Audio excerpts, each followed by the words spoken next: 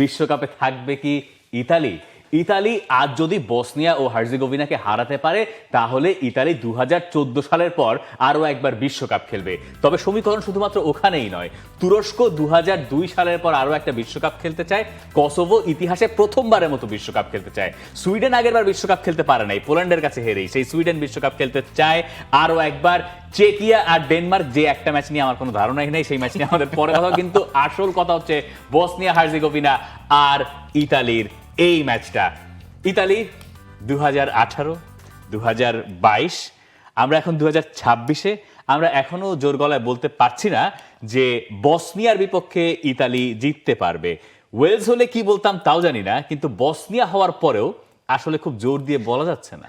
সবচেয়ে আশ্চর্যের ব্যাপারটা দেখেন, 2018 সালের পর তো 8 বছর পার হয়ে গেছে।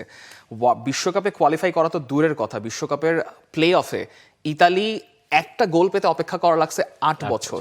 5+ স্টার রেটিং প্রাপ্ত দেশের সর্বোচ্চ বিদ্যুৎ সাশ্রয়ী ওয়ালটন এসি। স্মার্ট কমফোর্ট এখন নেক্সট লেভেলে। It took 8 years to score 1 goal. এতগুলো শট নিয়ে from outside of the box. From outside of the box এবং ওয়ান্ডার স্ট্রাইক তোনালির। এখন মানে আমার গাত্তুসোকে ইদানিং খুব ভালো লাগা শুরু করছে। উনি খুব ফিলসফিক্যালি কথা বলতে পছন্দ করেন, ইমোশনাল, খুবই এবং এই ইমোশনটা ইতালির দরকার একদিক থেকে। যখন আপনি এই একটা ম্যাচকে মাউন্ট এভারেস্টে ক্লাইম করার সঙ্গে তুলনা করেন এবং একই সঙ্গে বলেন যে মাউন্ট এভারেস্টে গিয়ে আপনি একটা ভূতের দেখা পেতে পারেন, সেই ভূতটা হচ্ছে ইতালির বিশ্বকাপে কোয়ালিফাই না করার ভূত। সেটার জন্য বসনিয়াতে আপাতত মাতেও রেতিগি বাস্তনিরা হাজির হয়েছেন, যদিও একটু পরে তাদেরকে হাজির হতে হয়েছে, কারণ বসনিয়ার ওয়েদারের অবস্থা ভালো না। পিচের অবস্থা থেকে বুফন বলেছেন যে এই পিচে কি আমরা খেলবো? সেই পিচে অবশ্য গাত্তুসোরা একটু ঘুরে টুরে দেখেছেন। ডিমার্কো আছেন, একসময় এডেন জেকোর টিমমেট, সেই এডেন জেকো বলেছেন যে they are ready to haunt Italy again. এডিন জেকো, যিনি ইতালিতে নিজের নামটা কুড়িয়েছেন রোমাতে এবং ইন্তেরে, তিনি সেই ভূতটা হতে পারেন যে কোনো সময় ইতালির জন্য। যে কোনো সময় ইতালির জন্য মাউন্ট এভারেস্টের কথা বলা হচ্ছে। ইতালির গোটা একটা প্রজন্ম তো বিশ্বকাপ দেখেই নাই এখনো পর্যন্ত, এবং ইতালির অনেক ফুটবলার আছেন যারা ইতালিকে কখনো বিশ্বকাপে খেলতে দেখেন নাই। পিও এসপোজিতোর কথা আপনি নিতে পারেন, রাতিগির জায়গায় সে নামবে কিনা সেটা একটা কোয়েশ্চেন বটে। এসপোজিতো তো যখন জন্মাইলো তার আগে দিয়ে তো হচ্ছে বিশ্বকাপে জিতলো। তো এই বিশ্বকাপে ইতালির যাওয়া না যাওয়ার ব্যাপারটা মানে এত বেশি প্যাচ লেগে গেছে যে এখন গাত্তুসো যখন ম্যাচের আগের দিন প্রেস কনফারেন্সে আসেন তখন তিনি ইমোশনালি কথাগুলো বলেন, এবং তিনি এখন বলছেন গোটা জাতির, আগেরবার বলছেন গোটা জাতির দায়িত্ব তার কাঁধে, এইবার তিনি বলছেন যে ম্যাচের আগে তো ভয় হবেই, মানে এরকম ম্যাচের আগে ভয় হবে না, ব্যক্তিগতভাবে আমার একটু টেনশন হচ্ছেই, তো এটা তো হবেই, এর চেয়ে ভালো কিছু আর হতে পারে না। ফুটবলের সঙ্গে যে আছে সে এরকম মুহূর্তের অপেক্ষাতেই থাকে, আর কারো যদি এই অনুভূতি কাজ না করে, সে যদি ফুটবলার হয় তার বুট জোরে তুলে রাখা উচিত, আর যদি কোচ হয় তাহলে বাড়ি চলে যাওয়া উচিত। মানে গাত্তুসো বিং গাত্তুসো, যেটা তিনি বলছেন এইটার সঙ্গে আমি একটু মেলাই।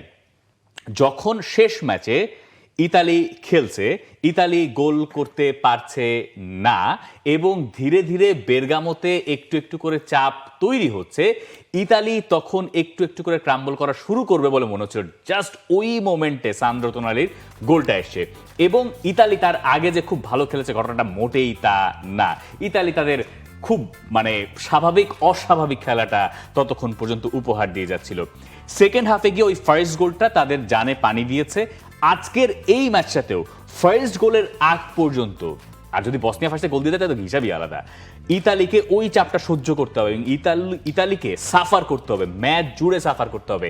যতক্ষণ না পর্যন্ত ইটস ডান ততক্ষণ না পর্যন্ত আপনি বলতে পারবেন না যে ইতালি বিশ্বকাপে। একটা অদ্ভুত কথা বলি, সেটা হচ্ছে আমি জানি না ফিফার কার মাথা থেকে এই আইডিয়াটা আসছে যে র্যান্ডমলি ড্র করার জন্য বসনিয়া ইতালির ইকুয়েশনটা আগে একটু বলে নিই। ইতালি আসলে বসনিয়ার সঙ্গে মানে খেলতে তাদের খুব একটা সমস্যা হয়নি, তাদের জয়টাই বেশি আছে, কিন্তু বসনিয়ার সঙ্গে যখন প্রথমবার সারায়েভোতে খেলতে গিয়েছিল ইতালি, সেইবারই আসলে ইতালিকে হারতে হয়েছিল যখন বসনিয়াতে যুদ্ধ ছিল তারপরে। সেই গল্পটা বলি আমরা, 1995 সালের গল্প, সেটা শেয়ার করা উচিত। মানে ইতালি আর বসনিয়া মানে একে অন্যের সঙ্গে ঐতিহাসিকভাবে জড়িত ফুটবলের ব্যাপার চিন্তা করলে। যখন বসনিয়া হার্জেগোভিনা কেবল স্বাধীন হয়েছে, আমরা এই কথা বোধহয় সবাই কম বেশি জানি, এর সঙ্গে কসোভোরও আলাদা একটা রিলেশন আছে, এটা নিয়েও আমরা কথা বলবো। তখন ইতালি প্রথম দল ছিল যারা বসনিয়ায় গিয়ে একটা ম্যাচ খেলেছে, সেই ম্যাচে আবার বসনিয়া জিতেছিল, সেখানে মালদিনিরা ছিলেন, মানে সেই ইতালি আগেরবার বিশ্বকাপের রানার্স আপ হয়েছে। তো সেই ঐতিহাসিক ব্যাপারগুলো এই ম্যাচের আগেও আসছে, তখন আবার এডিন জেকো এটা মনেও করে দিয়েছেন আগের দিন প্রেস কনফারেন্সে যে দেখেন আমরা কিন্তু ইতালির সঙ্গে এই জায়গায় খেলেছিলাম এবং ঐতিহাসিকভাবে আমরা বন্ধু, ম্যাচের পরেও আমরা বন্ধু থাকবো। ম্যাচের আগে অবশ্য সেই বন্ধুত্বে কিছুটা ঘাটতি পড়েছে নানান ঘটনায়। মানে ঘটনাটা হচ্ছে এইখানে, এটার ব্যাখ্যার প্রয়োজন আছে। দিমার্কো, যিনি ওয়েলস এবং বসনিয়ার ম্যাচে টাই ব্রেকারের সময় একটা সোশ্যাল মিডিয়ার ভিডিওতে দেখা গেছে তিনি উদযাপন করছিলেন কারণ ওয়েলস এই ম্যাচটায় হেরে যাচ্ছিল, সেটা নিয়ে ব্যাপক সমালোচনা হয়েছে। তারপরে এই প্রশ্নটাই এডিন জেকোকে করা হয়েছিল, যিনি দিমার্কোর সাবেক টিমমেট, একই দলে তারা খেলেছেন, যে ওই উদযাপন তো আমার কাছে স্বাভাবিকই লেগেছে। কিন্তু সোশ্যাল মিডিয়ার যুগে সবকিছু আসলে বাড়াবাড়ি পর্যায়ে চলে যায়। আমাদেরও তো একটা চাওয়া ছিল, হয়তো সেটা ছিল ইতালিকে না পাওয়া। কিন্তু আমি নিশ্চিত যে তারা ওয়েলসকে, আমি নিশ্চিত না কেন তারা ওয়েলসকে ভয় পাচ্ছিল। আমরা তো ওদের সঙ্গে জয়ের লক্ষ্য নিয়েই ভয় ডরহীনভাবে খেলতে গিয়েছিলাম। ইতালির মতো 4 বারের বিশ্বকাপ জয়ী দল ওয়েলসের মুখোমুখি হতে যদি ভয় পায় তাহলে কোনো একটা জায়গায় গড়বড় হচ্ছে। এডিন জেকো পুরো সিচুয়েশনটাকে এত স্মার্টলি হ্যান্ডেল করেছেন, মানে 40 ইয়ার্স ওল্ড, যিনি এর আগে ওই দলটাকে মানে কিভাবে বসনিয়া এই পর্যন্ত, কারণ তিনি গোল করছেন, ওয়েলস ওই ম্যাচ জিতে যাচ্ছিল, এক্স্যাক্টলি ওয়েলসের ওই ম্যাচ আমরা ধরে নিয়েছি ওয়েলস চলে যাবে, সেই জেকো গোল করলেন। এরপরে গিয়ে এক্সট্রা টাইম পেরিয়ে টাই ব্রেকারে ফার্স্টে বসনিয়া পেনাল্টি মিস করেছে, সেই ম্যাচ তারা জিতে শেষ করেছে। তো এই বসনিয়া যদি ইতালি হোক আর যে ঘোড়ার ডিম হোক, ভয় পাবে কি? এখানেই ওই পয়েন্টটাতে একটু ড্র্যাগ করি, সেটা হচ্ছে ফিফার কার মাথা থেকে এই বুদ্ধিটা এসছে জানি না, যে র্যান্ডমলি ড্র করে, আপনার তো সিডেড টিমটা যারা হচ্ছে কোয়ালিফাই করে এসছে, মানে রানার্স আপও শেষ করেছে, তারা তো হোমে অ্যাডভান্টেজ পেয়েছে, কিন্তু ওই যে র্যান্ডম ড্রয়ের ব্যাপারটা, যে ওইভাবে সিট করে আমরা একটা ব্র্যাকেটে দিয়ে দিলাম, যেখানে দেখা গেল যে সবচেয়ে মানে উইকেস্ট র্যাঙ্কড টিমটা এই প্লে অফ ফাইনাল ম্যাচ খেলছে তাদের ঘরের মাঠে। আপনি 4টা ম্যাচেই দেখেন প্রত্যেকটা স্ট্রংগেস্ট টিম হচ্ছে খেলছে অ্যাওয়ে গ্রাউন্ডে, অর্থাৎ আপনি ড্যাম শিওর জানেন এই 4টা ম্যাচে স্ট্রঙ্গার অপোনেন্ট যাই থাকুক না কেন, মানে স্ট্রং টিম যেটাই থাকুক না, একটা না একটা গন্ডগোল, মানে এই যে একটা না একটা মিরাকল উইন হওয়ার চান্স আছে, সেটা বসনিয়ার ম্যাচে হইলেও অবাক হওয়ার থাকবে না। যে কারণে জেকো বলছেন যে গড়বড় আসলেই আছে ইতালির মধ্যে, যে কোনো কিছু হতে পারে, যে কোনো কিছু হতে পারে। আমার মনে হয় যে এই মানে কোনোটারে আর অঘটন বলার উপায় নেই। স্পেশালি ইতালি যখন সুইডেনের কাছে হারে, যখন নর্থ ম্যাসেডোনিয়ার কাছে হারে, তখন আপনি বসনিয়ার কাছে হারতেই পারেন। দুইটা দলই সবশেষ 2014 সালে বিশ্বকাপ খেলেছে। কিন্তু যেটা ইতালির মানে দিমার্কোর ওই উদযাপনের মাঝে যা তো আমরা বুঝি যে ওয়েলস হইলে তো আমার কাছে মনে হচ্ছে ইতালি পারার কথা না, ওর চেয়ে হয়তো বসনিয়া কম্পারেটিভলি আর একটু উইকার অপোনেন্ট, কিন্তু সারাইভোতে যখন আপনার খেলতে যেতে হবে ওই রকম ইতিহাস মাথায় রেখে, তখন বসনিয়ানদের ভেতরে শুধু যে ফুটবল কাজ করবে তা না, এটার ভেতরে অনেক কিছু কাজ করবে। যখন এই রকম সময় মানে স্পেশালি একটা ফাইনাল ম্যাচে, ফুটবল ম্যাচে, এই জায়গায় আর শুধুমাত্র মাঠের খেলা ব্যাপারটা থাকে না, তখন মাঠ ছাপিয়ে খেলাটা হয়ে যায় গোটা একটা দেশের। ইতালির জন্য কেন ভয়ের জায়গা? ইতালির জন্য ভয়ের জায়গা প্রিস্তিনার ওয়েদার, পিচের পরিস্থিতি আপনাকে বোদো গ্লিমতের কথা মনে করিয়ে দিবে, কারণ আজকে 3 ডিগ্রি সেলসিয়াস তাপমাত্রা থাকার কথা, যেটা 1 ডিগ্রিতেও নামতে পারে, 0 ডিগ্রি করতে পারে না, অনুশীলন তো তারা করতে পারেনি, সেটা একটা চাপের ব্যাপার। আরেকটা চাপের ব্যাপার হচ্ছে যে ওয়েলসের মাঠ, মানে ওয়েলসের মাঠের মূল চ্যালেঞ্জটা কি ছিল? কার্ডিফের ক্রাউড। সেখানে বেসিক্যালি প্রিস্তিনাতে ওই চ্যালেঞ্জটা থাকার কথা না, কারণ স্টেডিয়াম ক্যাপাসিটি 14,000, যেটা 20% অলরেডি কমানো হয়েছে একটা স্যাংশনের কারণে, সে কারণে অন্তত কিছু ক্রাউড কম থাকবে। But Italy is weak in aerial duels.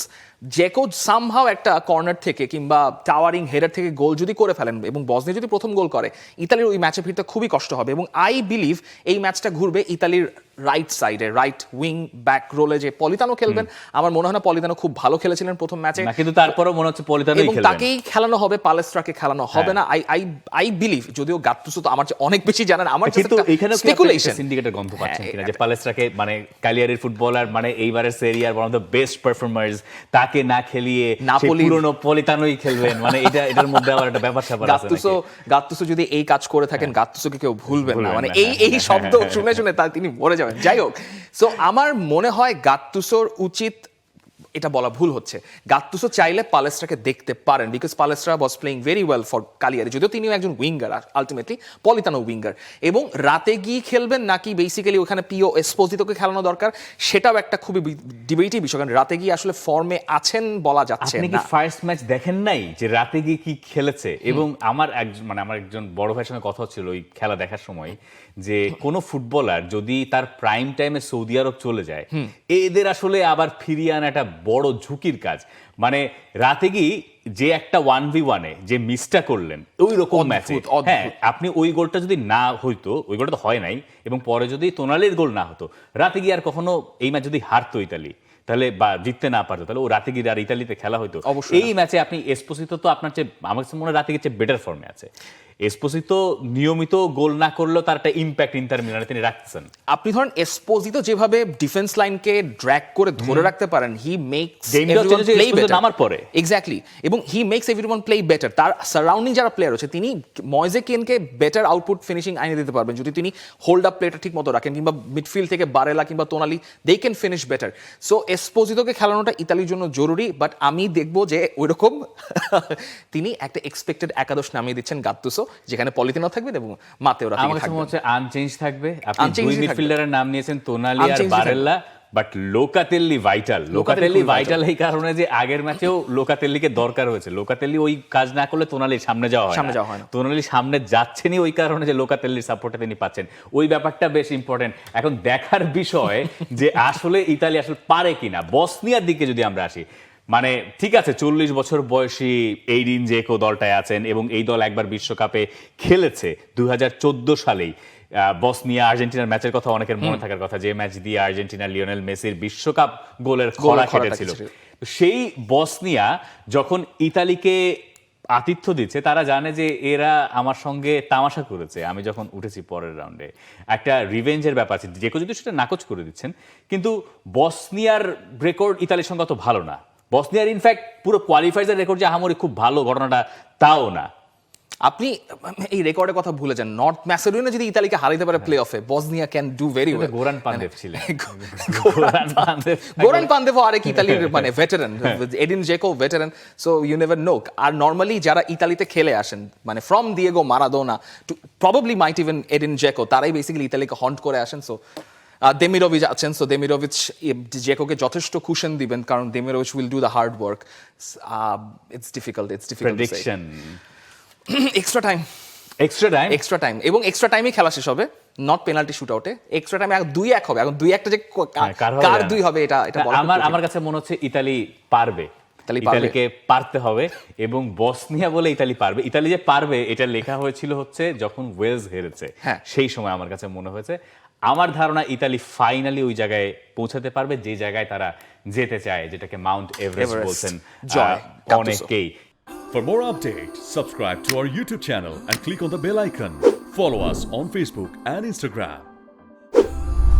Download T-Sports app to enjoy exciting games and highlights. Visit tsports.com.